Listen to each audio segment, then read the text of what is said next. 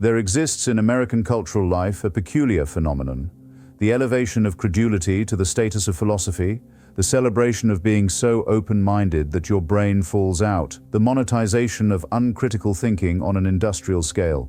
No one embodies this more perfectly than Joseph James Rogan, a man who has somehow parlayed his inability to distinguish between an epidemiologist and a conspiracy theorist into a media empire worth hundreds of millions of dollars.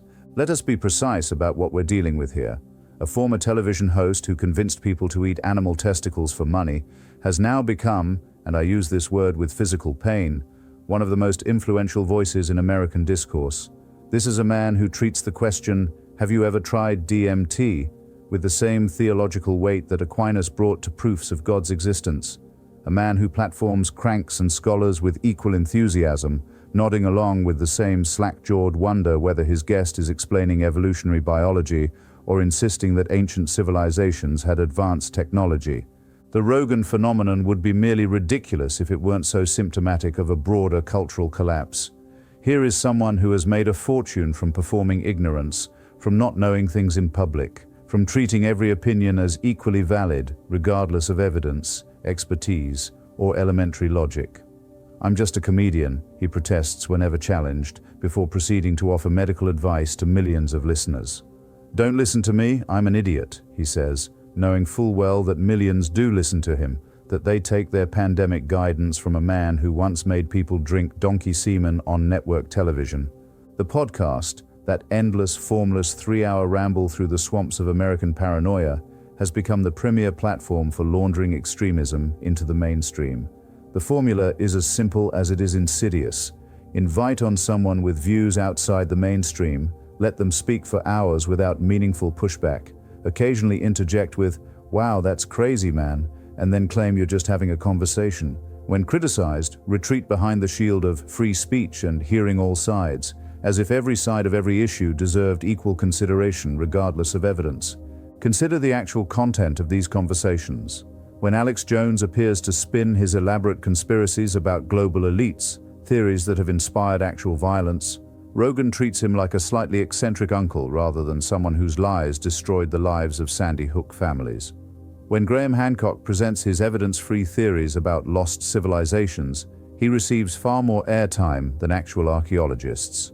When Jordan Peterson delivers multi-hour monologues about the decline of Western civilization and the chaos dragons of feminine psychology, Rogan sits in rapt attention as if listening to Marcus Aurelius, rather than a psychology professor having an extremely public breakdown. The COVID episode deserves special attention, not merely for its impact, though the impact was real, but for what it revealed about the Rogan method. Here was a man with no medical training, no scientific background, no expertise whatsoever, who spent months questioning vaccine safety while promoting alternative treatments. When he contracted COVID, he announced he'd taken everything but the kitchen sink, including ivermectin, prescribed by a doctor, yes, but then promoted to an audience primed for months to distrust conventional medicine. "I'm not a doctor," but became the prelude to medical musings that certainly influenced public behavior during a pandemic. And when actual doctors tried to correct misinformation, they were dismissed as the establishment, as big pharma shills, as part of the problem. Because in Rogan's world, a YouTube video about natural immunity carries the same weight as peer-reviewed research. This isn't healthy skepticism, it's the democratization of ignorance, the flattening of expertise into just another opinion in the marketplace. The masculinity cult that Rogan has built deserves particular scrutiny. This is a 50-something millionaire who spends his time getting high, watching fights, and talking into a microphone, somehow positioning himself as the arbiter of what makes a real man. The obsession with testosterone levels, with hunting, with Brazilian jiu-jitsu, with all the cartoon signifiers of masculinity, it would be pitiable if it weren't so influential among young men desperate for identity in a changing world. The supplement grift alone should disqualify him from being taken seriously about health. Here's a man who raises questions about FDA-approved medications while peddling alpha brain pills and athletic greens, who applies suspicious scrutiny to vaccines while promoting whatever untested powder his sponsors are pushing this week. The same critical thinking he claims to apply to mainstream medicine somehow evaporates when it comes to the snake oil his friends are selling, But perhaps the most insidious aspect of the Rogan phenomenon is the way it has normalized and monetized stupidity, the way it has made ignorance seem like wisdom, confusion like clarity. The constant, "I don't know, man, it's entirely possible," applied to the most absurd propositions. It's entirely possible that we didn't land on the moon. It's entirely possible that Building 7 was a controlled demolition. It's entirely possible that DMT lets you talk to machine elves from another dimension. Everything is entirely possible when you abandon any standard for evidence. The comedy excuse deserves particular contempt. Rogan hasn't been funny since news radio ended. His stand-up specials are exercises in yelling observations about cancel culture and political correctness, delivered with the sophistication of a drunk uncle at Thanksgiving. Yet whenever he faces criticism for platforming extremists or spreading misinformation, suddenly he's just a comedian, just making jokes. Can't you take a joke? It's the same defense used by every provocateur since time immemorial. I was just kidding. Why are you so sensitive? The free speech absolutism he preaches is, of course, highly selective. Rogan will defend his right to platform anyone in the name of free expression, but had Spotify remove episodes at his request when controversy arose. He'll defend the right of his guests to spread propaganda, but has his team issue copyright strikes against critics who use his content. Free speech for me, terms and conditions for thee. The influence he wields over young men, and it is predominantly young men, cannot be overstated. Millions who should be developing critical thinking skills are instead listening to a stoned millionaire pontificate about float tanks and elk meat. They're absorbing his casual dismissal of expertise, his elevation of anecdote over data, his confusion of contrarianism with wisdom. They're learning that the guy who does his own research on YouTube knows more than someone with a doctorate in the field. And who are the enemies in this worldview? The experts, the scientists, the doctors, the historians, the journalists, anyone who has actually studied something, anyone who brings peer-reviewed research to a feelings fight. In Rogan's world, your buddy who saw a documentary about ancient aliens deserves equal time with the archaeologist who spent 30 years excavating sites. More than equal time, actually, because the archaeologist is probably compromised by academic orthodoxy.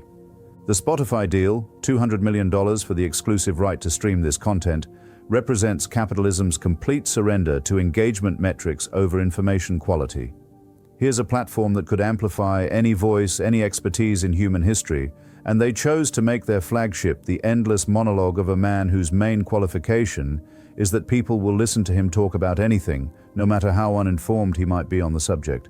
What Rogan has created isn't just a podcast, it's an ecosystem where bad ideas get rehabilitated, where discredited theories find new life, where "I'm just asking questions" becomes a shield against any responsibility for the answers those questions imply.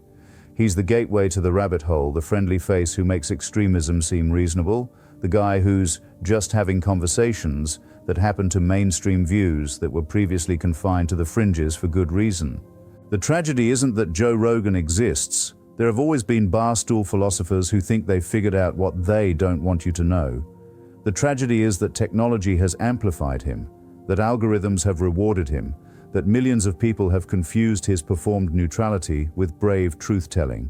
He's not speaking truth to power, he's speaking nonsense to the powerless and making them feel empowered for believing it. This is what the marketplace of ideas has produced. Not the best ideas rising to the top, but the most engaging, the most controversial, the most likely to keep people listening through the ad breaks. Rogan isn't a philosopher or a truth seeker or even a particularly interesting conversationalist. He's a content factory, a controversy generator, an industrial-scale producer of what Frankfurt called bullshit. Speech unconcerned with truth or falsehood, only with effect. And the effect has been measurable. A generation of young men who think doing your own research means watching YouTube videos, who believe every institution is suspect except the institution of some guy with a podcast, who have been taught that ignorance is just another form of wisdom and probably a more authentic one. Rogan didn't create this moment, but he's monetized it more successfully than anyone else. The question isn't whether Rogan is influential. His download numbers prove that beyond doubt. The question is whether American culture can recover from what he represents. The complete collapse of epistemological standards, the reduction of all knowledge to opinion, the transformation of ignorance from a problem to be solved into a perspective to be marketed. Based on his Spotify numbers, the prognosis is not encouraging.